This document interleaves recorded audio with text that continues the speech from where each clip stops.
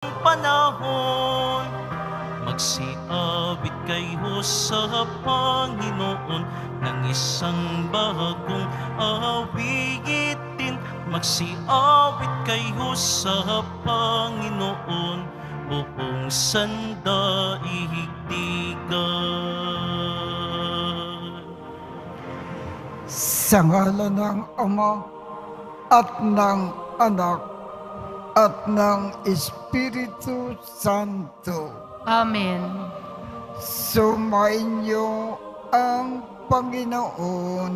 At sumaiyo rin. Aminin natin ang ating mga kasalanan upang tayo ay maging marapat gumanap sa banal na pagdiriwang. Panginoong Jesus, binigyan mo kami ng bagong buhay. Panginoon, kaawaan mo kami. Panginoon, kaawaan mo kami. Panginoong Jesus, pinapatawad mo ang aming mga kasalanan. Kristo, kaawaan mo kami. Kristo, kaawaan mo kami. Panginoong Jesus, binabahagi mo sa amin ang iyong katawan at dugo sa Eucharistia. Panginoon, kaawaan mo kami. Panginoon, kaawaan mo kami. Kaawaan tayo ng Diyos Amang makapangyarihan. Patawarin ang ating mga kasalanan at patnubayan tayo sa buhay na walang hanggan. Amen. Papuri sa Diyos sa kaitaasan.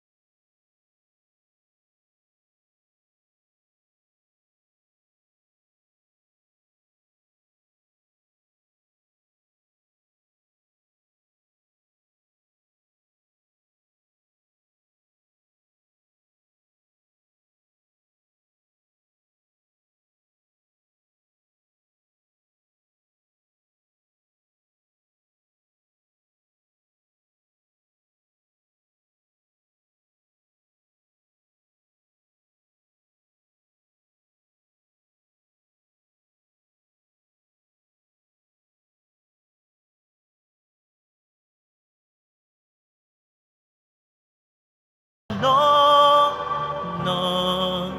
Ama, ikaw na nag-aalis ng mga kasalanan ng sanlibutan. Maawag ka, maawag ka sa amin.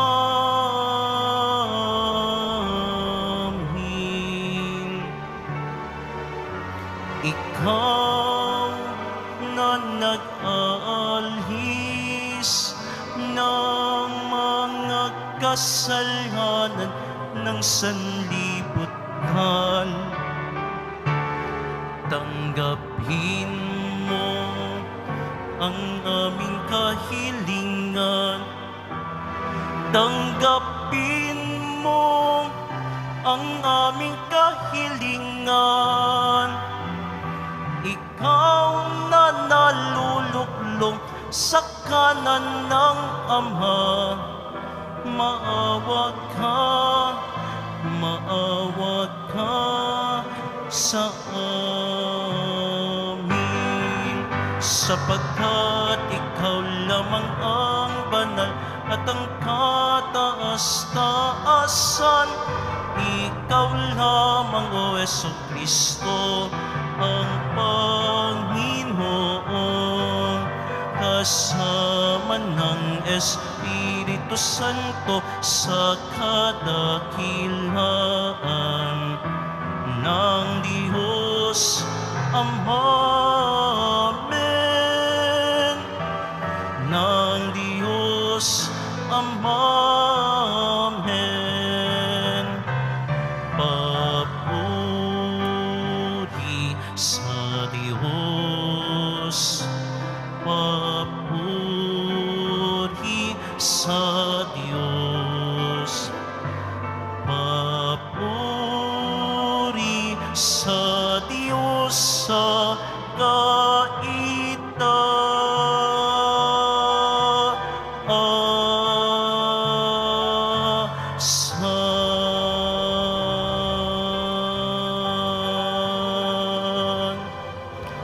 Manalangin tayo.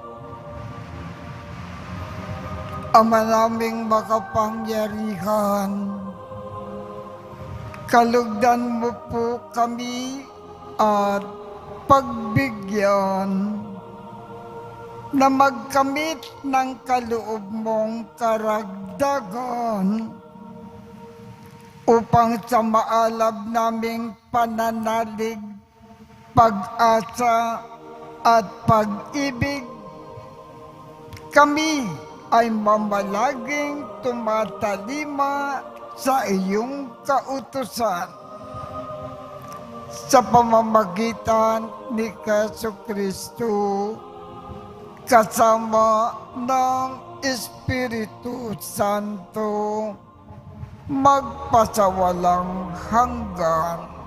Amen. Magsiupo muna po ang lahat. Pagbasa mula sa aklat ng Henesis. Nung mga araw na iyon, napakita ang Panginoon kay Abraham sa Mamre, sa may sagradong mga punong kahoy. Nooy kainitan ng araw at nakaupo siya sa pintuan ng kanyang tolda. Walang ano-ano'y may nakita siyang 3 lalaking nakatayo. Patakbo siyang sumalubong. Yumukod ng halos sayad sa lupa ang mukha at sinabi, "Mga Ginoo, kung inyong mamarapatin, magtuloy po kayo sa amin. Dito muna kayo sa lilim ng punong ito, at ikukuha ko kayo ng tubig na panghugas ng inyong mga paa. Magpapahanda tuloy ako ng pagkain para manauli ang lakas ninyo bago kayo magpatuloy sa inyong paglalakbay. Ikinagagala ko kayong paglingkuran habang naririto kayo sa amin." Sila'y tumugon, "Salamat, ikaw ang masusunod." Si Abraham ay nagdudumaling pumasok sa tolda at sinabi kay Sarah, "Madali ka, kumuha ka ng 30 libra ng harina at gumawa ka ng tinapay." Pumili naman siya ng isang matabang guya sa kulungan at ipinaluto sa isang alipin. Kumuha rin siya ng keso at sariwang gatas at inihain sa mga panauhin kasama ang nilutong karne. Hindi siya lumalayo sa tabi ng mga panauhin habang sila'y kumakain. Samantalang sila'y kumakain, tinanong sila ni Abraham, "Nasaan ang asawa mong si Sarah?" "Nandoon po sa tolda," tugon naman ito. Sinabi ng panauhin, babalik ako sa 1 taon, sa ganito ring panahon, at sa pagbabalik ko'y may anak na siya. Ang salita ng Diyos. Salamat sa Diyos. Sino kayang tatanggapin sa templo ng poon natin? Sino kayang tatanggapin sa templo ng poon natin? Iyaong mga masunurin na sa iyo'y nakikinig at ang laging ginagaway naaayon sa matuwid. Kung mangusap ay totoo, sa lahat at bawat saglit, yaong gawang paniniray, hindi niya naiisip. Sino kayang tatanggapin sa templo ng poon natin? Kailanman siya'y tapat makisama sa kapwa.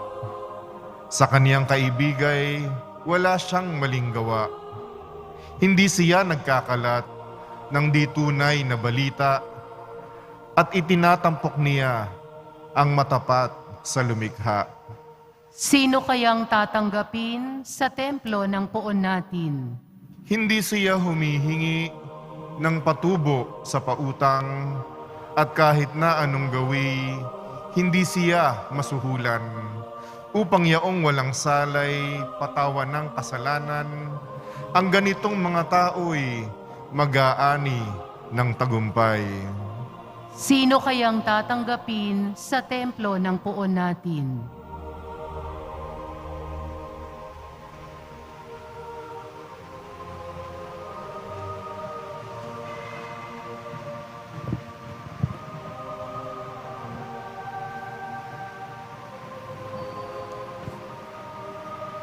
Pagbasa mula sa sulat ni Apostol San Pablo sa mga taga-Kolosas. Mga kapatid, nagagalak ako sa aking pagbabata ngayon, alang-alang sa inyo, sapagkat sa pamamagitan nito'y naipagpapatuloy ko ang paghihirap na kailangang panggawin ni Kristo para sa simbahan na kanyang katawan. Ako'y naging lingkod nito nang hirangin ako ng Diyos upang ipahayag sa inyo ang kanyang salita. Hinirang niya ako upang lubusang ihayag sa inyo ang hiwaga na mahabang panahong nalihim sa maraming salit-saling lahi. Ngunit ngayon, inihayag sa kanyang mga anak. Inibig ng Diyos na ihayag sa lahat ng tao ang dakilat kamangha-manghang hiwagang ito. Ito ang hiwaga. Sumainyo si Kristo at dahil dito'y nagkaroon kayo ng pag-asang makapiling ng Diyos doon sa kaluwalhatian. Yan ang dahilan kung bakit namin ipinangangaral si Kristo. Pinaalalahanan namin ang lahat at buong linaw na tinuturuan ayon sa aming makakaya upang maiharap namin sa Diyos ang bawat isa, sakdal at walang kapintasan dahil sa pakikipag-isa kay Kristo. Ang salita ng Diyos. Salamat sa Diyos. Magsitayo po ang lahat.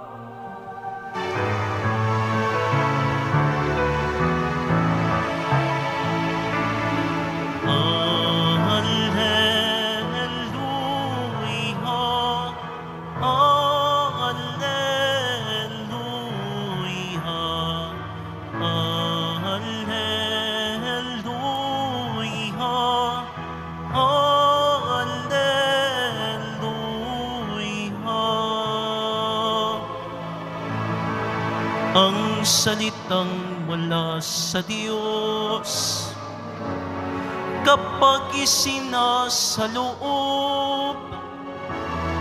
ay mamumunga ng lubos. Alleluia, alleluia,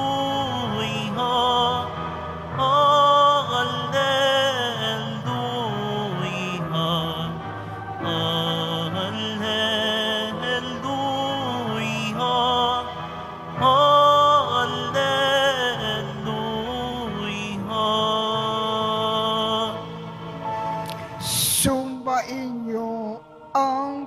Panginoon. at sumaiyo rin. Ang mabuting balita ng Panginoon ayon kay San Lucas. Papuri sa iyo, Panginoon. Noong panahong iyon, pumasok si Jesus sa isang nayon.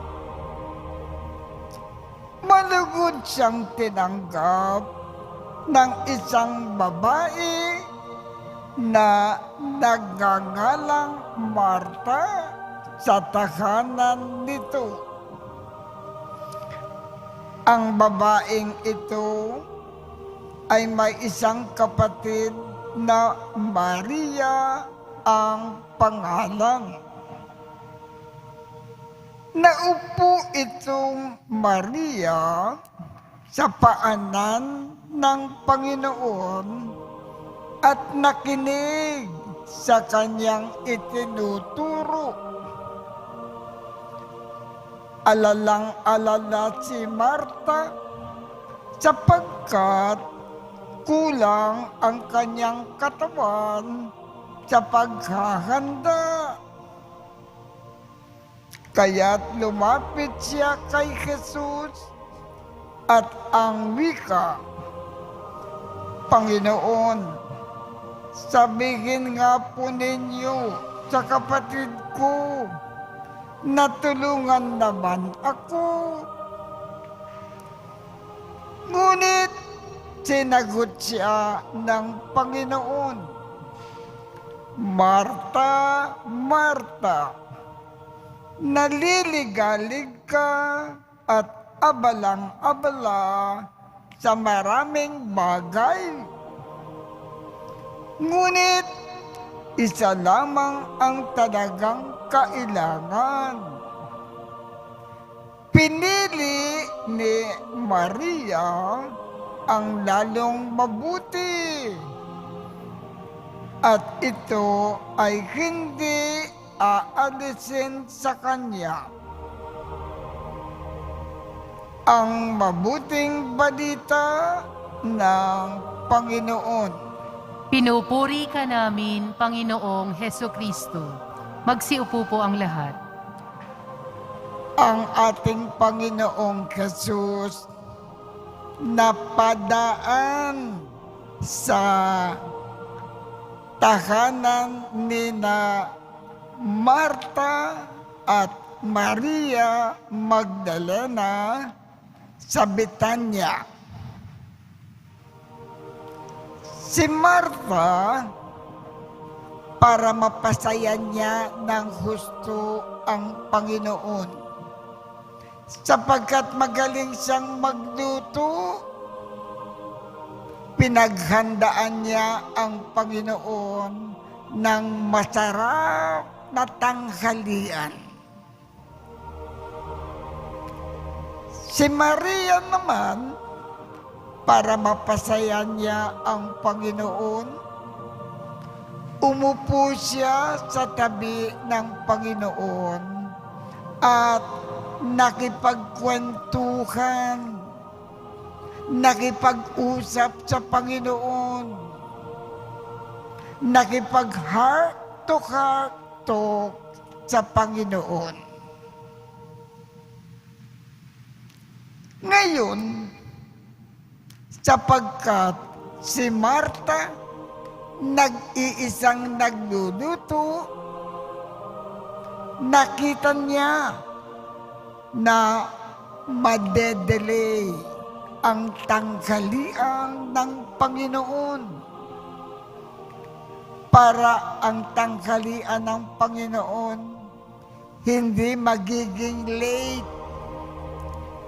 Pinakiusapan niya ang Panginoon. Ang sabi ni Marta, Panginoon, para naman huwag maging late ang tanghalian ninyo, pakiusapan po ninyo si Maria na itigil muna niya ang pakikipag-usap sa inyo at pumasok dito sa kusina para tulungan ako sa pagluluto. Ang sagot naman ng Panginoon, Marta, para mapasaya mo ako ng husto, naghahanda ka ng masarap na tanghalian para sa akin.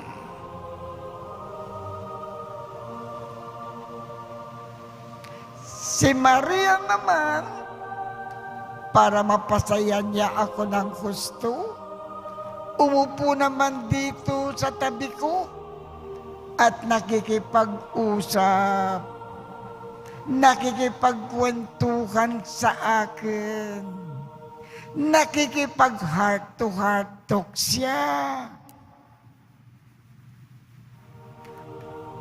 Ang totoo, Marta, kung nagkakanda ka ng masarap na makakain, pinapasaya mo ako. Pero si Maria, lalo niya akong pinasasaya kung nakikipag-usap sa akin dito, nakikipag-heart to heart talk sa akin,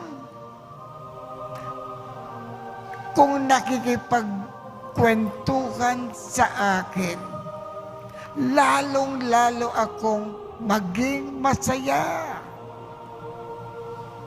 At ang totoo, Marta, kung nagluluto ka ng masarap na pagkain, magiging masaya ako. Pero lalo akong magiging masaya kung pagkatapos mong magluto, kakausapin mo rin ako, katulad ng ginagawa ni Maria. Kaya magluto ko na lang na nag-iisa dyan at pabayaan mo si Maria na ipagpatuloy niya ang kanyang pakikipagkwentuhan sa akin. Ang ating Panginoon pala mas magiging masaya kung may kinakausap siya, kung may lumalapit sa Kanya at nakikipagkwentuhan sa Kanya.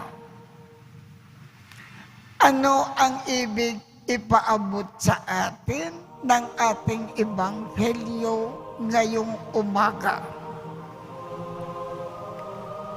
Tayong lahat nagsisimba para maging masaya ang Panginoon. May ilan sa atin nagko-commentator, may mga ilan sa atin nagbabasa, may ilan sa atin nag-Eucharistic minister, ang mga iba sa atin tumutugtog at umaawit. Ang mga iba sa atin nagkokolekta sa loob ng misa at iba pa. Ginagawa natin ito para mapasaya natin ang Panginoon ng husto. Pero kung ibig natin maging napakasaya ang ating Panginoon sa ating pagsisimba, ang pinakagusto ng Panginoon, ang bawat isa sa atin may panahon na makipagkwentuhan sa Panginoon, makipag-usap, makipag-heart to heart talk. May panahon na umupo o lumuhod sa harapan ng tabernacle kung nasaan ang Panginoon at kausapin natin siya ng husto Pakinggan natin ang kanyang sinasabi sa atin. Kung ginawa natin yan, lalong magiging masaya ang Panginoon sa ating pagsisimba. Marami akong napapansin sa atin. May mga nangongolekta, pagkatapos ng kanilang pangongolekta, uwi kaagad. May mga iba sa atin naglilingkod bilang Eucharistic minister, pero pagkatapos ng kanilang paglilingkod, uwi na. Marami sa atin dito nagsisimba. Pagkatapos ng pagsisimba, umuuwi na. Walang panahon sa pakikipag-usap sa Panginoon. Ang totoo, masaya ang Panginoon kung naglilingkod tayo bilang Eucharistic minister, mga nangungulekta, mga tumutugtog, at iba pa.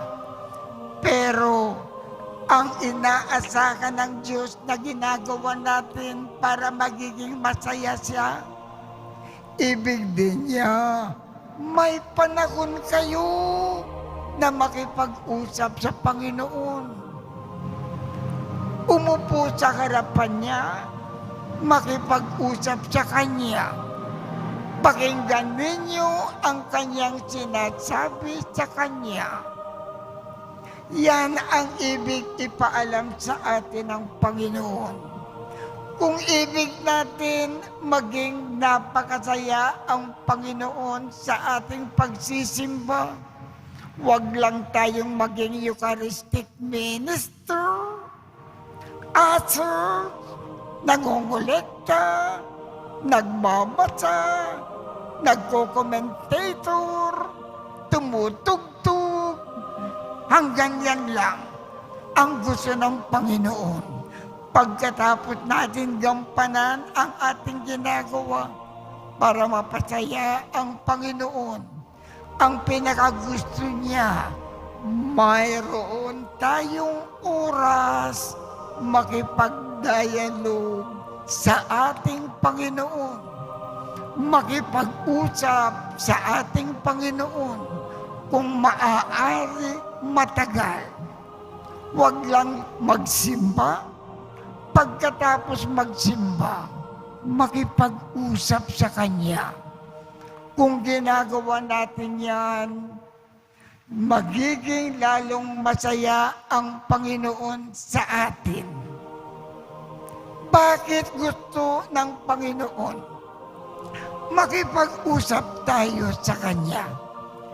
Kasi gusto niyang malaman ang ating mga suliranin, ang ating mga pangangailangan, para tayo ay maabutan ng tulong. Kaya, ang pakiusap ng Panginoon para matulungan tayo ng gusto sa ating buhay, lagi tayong makipag-usap sa Kanya. Marami sa atin, ang pinakamarami, hindi nakikipag-usap sa Panginoon. Pagkatapos pumasok sa simbahan, pagkatapos gumagawa ang kanilang ginagawa, uwi na. Sabi ng Panginoon, ay, hindi nakipag-usap sa akin. Paano ko kaya matutulungan siya? Kaya, kung ibig ninyong mapasaya ang Panginoon, huwag natin kalimutan makipag-dialogue sa ating Panginoon, makipag-usap sa Kanya, tulad ng ginawa ni Maria. Huwag lang tayong maglingkod sa Kanya sa iba't ibang paraan. Huwag natin kalimutan ang pakikipag-usap sa Panginoon. Yan ang ibig ipaalaala sa atin ng Panginoon sa pamamagitan po ng ating ebanghelyo ngayong umaga. Kaya tumayo po tayo para ipakayag ang ating pananampalataya. Sumasampalataya ako Sa Diyos, Amang makapangyarihan sa lahat, na may gawa ng langit at lupa. Sumasampalataya ako kay Hesukristo, iisang anak ng Diyos, Panginoon nating lahat. Nagkatawang tao siya lalang ng Espiritu Santo, ipinanganak ni Santa Mariang Birhen, pinagpakasakit ni Poncio Pilato, ipinako sa krus, namatay, inilibing.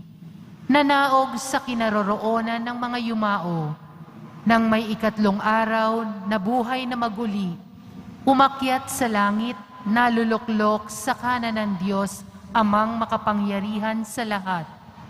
Doon magmumulang paririto at huhukom sa nangabuhay at nangamatay na tao. Sumasampalataya naman ako sa Diyos Espiritu Santo, sa banal na simbahang katolika, sa kasamahan ng mga banal, sa kapatawaran ng mga kasalanan, sa pagkabuhay na muli na nangamatay na tao, at sa buhay na walang hanggan. Amen. dumudulog kami sa iyo, Ama, upang malugod naming maisabuhay ang iyong pag-ibig, nang sa gayon ay magiliw at mabuti naming mapakitunguhan at mapaglingkuran ang aming kapwa.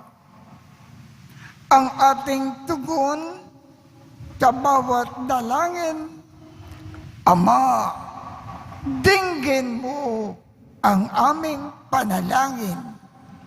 Ama, dinggin mo ang aming panalangin.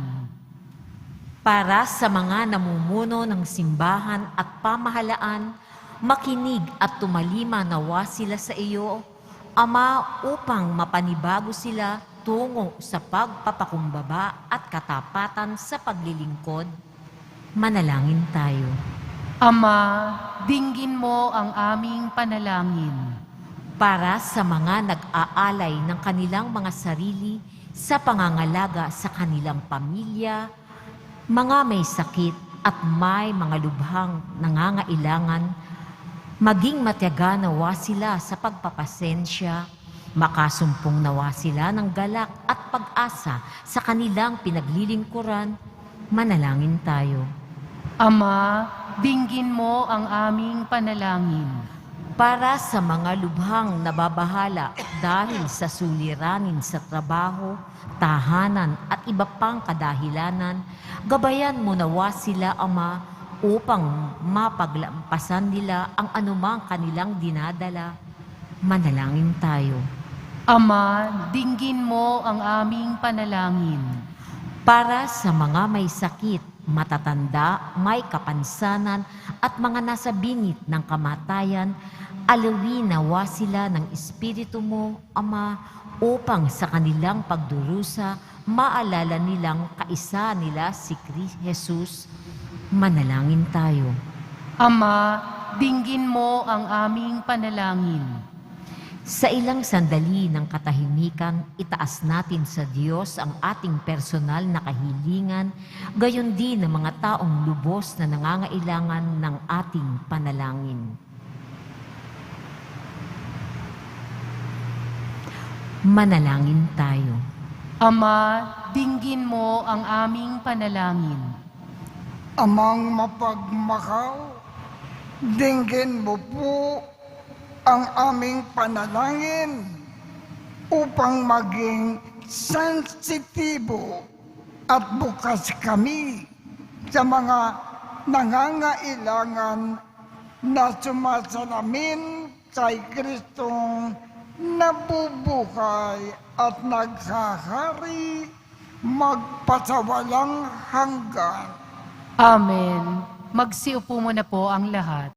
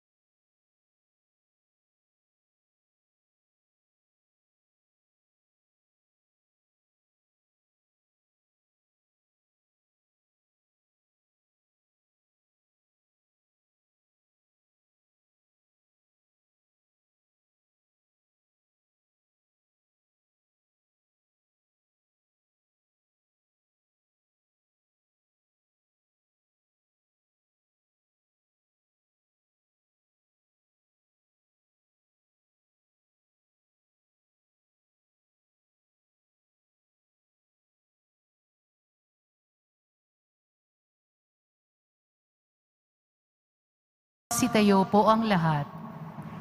Manalangin kayo upang ang pag-aakin natin ay kalugdan ng Diyos amang makapangyarihan.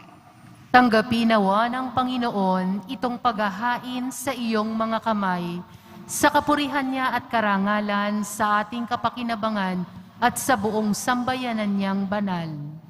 Ama naming lumikha, lahat ng iyong mga paghahaing ipinag-utos noong araw ay iyong pinagtibay sa isang aking hantungan ng tanan. Tanggapin ang ginaganap ngayon ng iyong mga lingkod at batbasan mo ito ng kabanalang gaya ng iyong kaloob. Sa mga alay ni Abel na lubha mong ikinalugod, upang ang mga handog ng bawat isang nagbigay para sambahin ang banal mong ngalan ay magkamit ng karagdagan mong kasiyahan sa pamamagitan ni Jesucristo kasama ng Espiritu Santo magpasawalang hanggan. Amen. Sumainyo ang Panginoon. At sumaiyo rin. Itaas sa Diyos ang inyong puso at diwa. Itinaas na namin sa Panginoon. Pasalamatan natin ang Panginoong ating Diyos. Marapat na siya ay pasalamatan.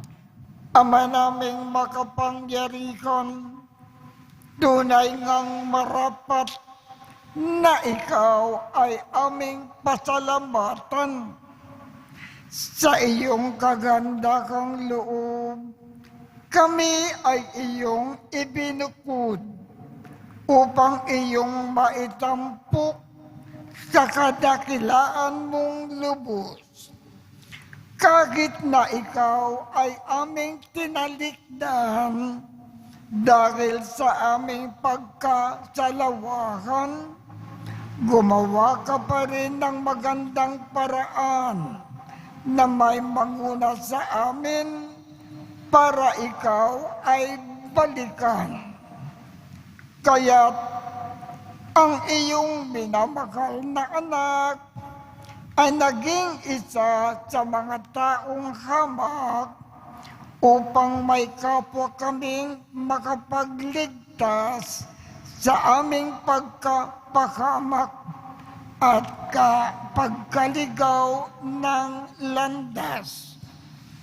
Kaya kaisa ng mga anghel na nagsisiawit ng papuri sa iyo nang walang kumpay sa kalangitan, kami ay nagbubunyi sa iyong kadakilaan.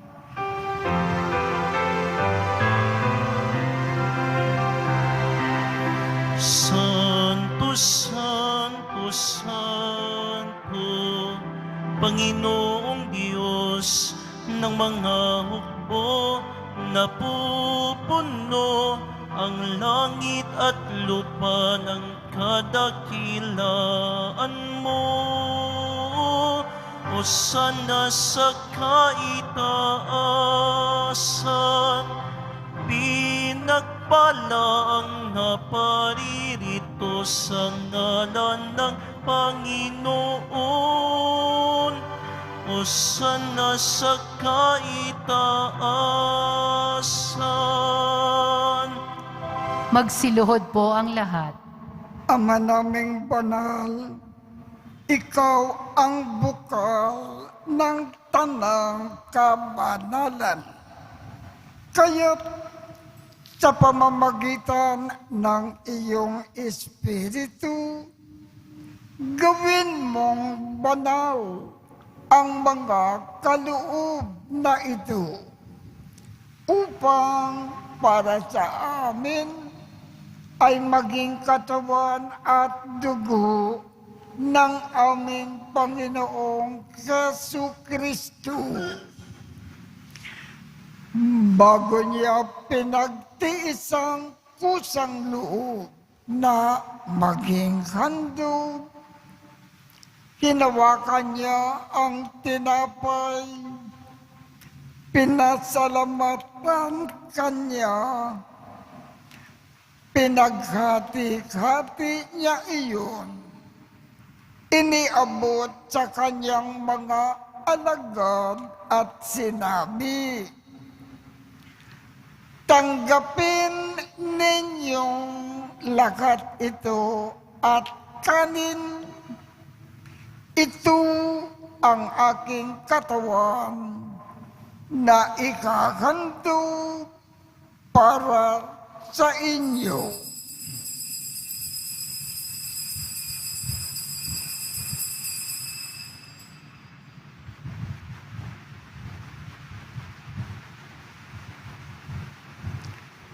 Gayon din naman, noong matapos ang hapunan, hinawakan niya ang kalis, muli kanyang pinasalamatan, iniabot niya ang kalis sa kanyang mga alagad at sinabi,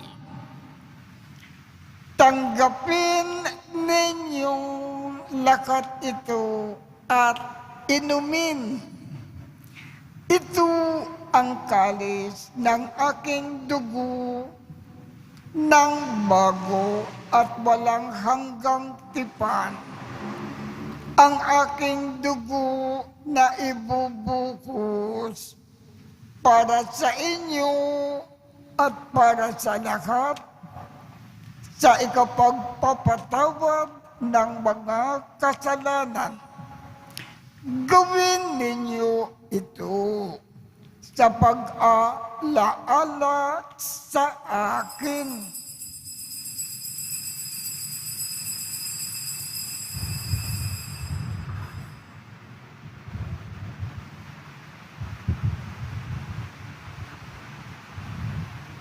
Magsitayo po ang lahat. Ipagbunyi natin ang misteryo ng pananampalataya. Si Kristo'y namatay, si Kristo'y nabuhay, si Kristo'y babalik sa wakas ng panahon. Ama, ginagawa namin ngayon ang pag-aalala sa pagkamatay at muling pagkabuhay ng iyong anak. Kaya't iniaalay namin sa iyo ang tinapay na nagbibigay buhay at ang kalis na nagkakaloob ng kaligtasan. Kami ay nagpapasalamat dahil kami ay iyong minarapat na tumayo sa harap mo para maglingkod sa iyo. Isinasamo namin kaming magsasalo-salo sa katawan at dugo ni Kristo ay mabuklod sa pagkakaisa sa pamamagitan ng Espiritu Santo. Ama, lingapin mo ang iyong simbahang laganap sa buong daigdig. Puspusin mo kami sa pag-ibig, kaisa ni Francisco, aming Papa, Jose, aming Obispo, at ng Tanang Kaparian. Alalakanin mo rin ang mga kapatid naming nakimlay nang may pag-asa na sila ay muling mabubuhay. Gayon din ang lahat ng mga pumanaw. Kaawaan mo sila at patuloyin sa iyong kaliwanagan. Kaawaan mo at pagindapatin kaming lahat na makasalo sa iyong buhay na walang wakas. Kaisa ng makal na Birhen Maria na ina ng Diyos, ng kabiyak ng puso niyang si San Jose, kaisa ng mga apostol at ng lahat ng mga banal na namukay dito sa daigdig ng kalugod-lugod sa iyo. Maipagdiwang nawa namin ang pagpupuri sa ikararangal mo sa pamamagitan ng iyong anak na aming Panginoong Jesucristo. Sa pamamagitan ni Kristo, kasama niya at sa Kanya, ang lahat ng parangal at papuri ay sa iyo, Diyos Amang makapangyarihan, kasama ng Espiritu Santo, magpasawalang hanggan.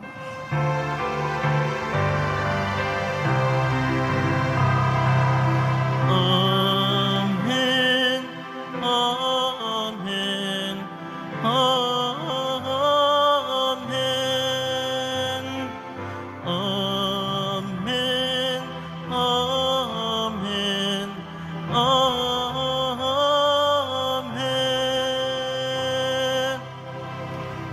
Sa tagubilin ng mga nakagagaling na utos at turo ni Jesus na Panginoon natin at Diyos, ipakayag natin ng lakas loob. Ama namin, sumasalangit ka, sambahin ang ngalan mo, mapasa amin ang kaharian mo, sundin ang loob mo dito sa lupa para nang sa langit. Bigyan mo kami ngayon ng aming kakanin sa araw-araw. At patawarin mo kami sa aming mga sala para ng pagpapatawad namin sa mga nagkakasala sa amin. At huwag mo kaming ipakintulot sa tukso at iadya mo kami sa lahat ng masama. Hinihiling namin, Ama, iadya mo kami sa lahat ng masama. Pagkalooban kami ng kapayapaan sa araw-araw. Iligtas sa kasalanan at ilayo sa lahat ng kapakamakan, samantalang aming pinananabikan ang dakilang araw ng pagpapakayag ng tagapagligtas naming si Jesucristo. Sapagkat iyo ang kaharian at ang kapangyarihan at ang kapurihan magpakailanman. Amen. Panginoong Jesucristo, sinabi mo sa iyong mga apostol, kapayapaan ang iniiwan ko sa inyo. Ang aking kapayapaan ang ibinibigay ko sa inyo. Tungkayan mo ang aming pananampalataya at huwag ang aming mga pagkakasala. Pagkalooban mo kami ng kapayapaan at pagkakaisa ayon sa iyong kalooban kasama ng Espiritu Santo, magpasawalang hanggan. Amen. Ang kapayapaan ng Panginoon ay laging sumainyo. At sumaiyo rin. Magbigayan tayo ng kapayapaan sa isa't isa. Kordero ng Diyos na nag-aalis ng mga kasalanan ng sanlibutan, maawa ka sa amin. Kordero ng Diyos na nag-aalis ng mga kasalanan ng sanlibutan, maawa ka sa amin. Kordero ng Diyos na nag-aalis ng mga kasalanan ng sanlibutan, ipagkaloob mo sa amin ang kapayapaan. Magsiluhod po ang lahat. Ito ang kordero ng Diyos. Ito ang nag-aalis ng mga kasalanan ng sanlibutan. Mapalad ang mga inaanyayahan sa kanyang piging. Panginoon, hindi ako karapat-dapat na magpatuloy sa iyo, ngunit sa isang salita mo lamang ay gagaling na ako.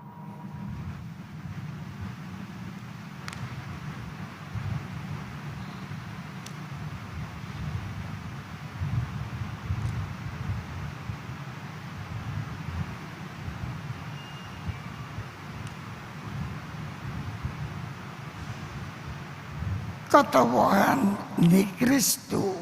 Amen.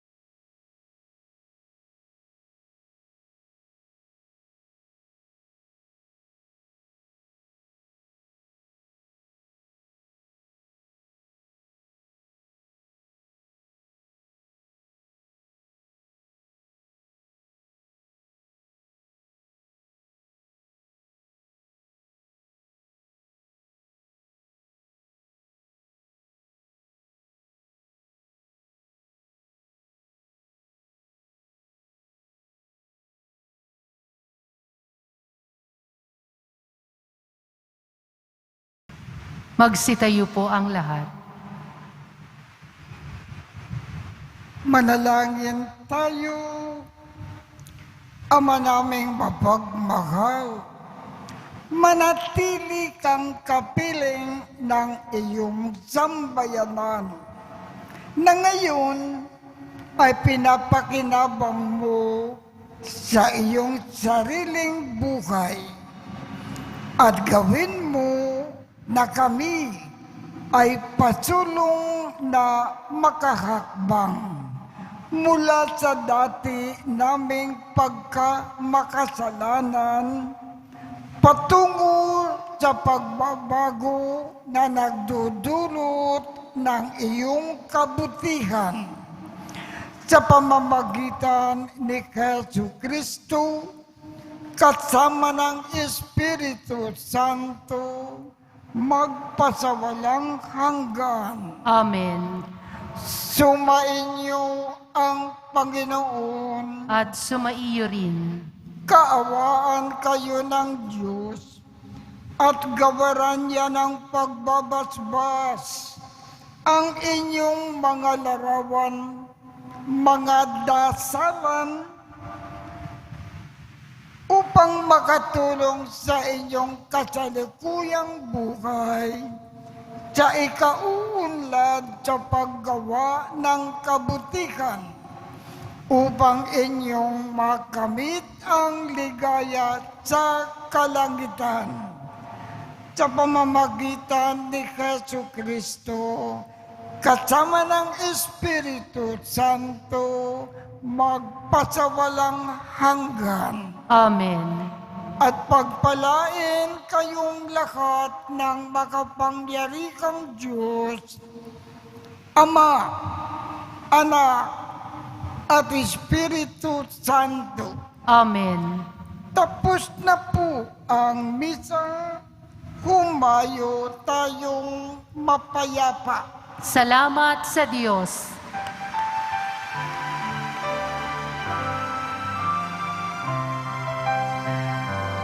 Nuestro Padre Jesus Nazareno, sinasamba ka namin, pinipinto ka namin, aral mo ang aming buhay at kaligtasan. Nuestro Padre Jesus Nazareno, iligtas mo kami sa kasalanan. Ang krus mong kinamatayan ay sagisag ng aming kaligtasan.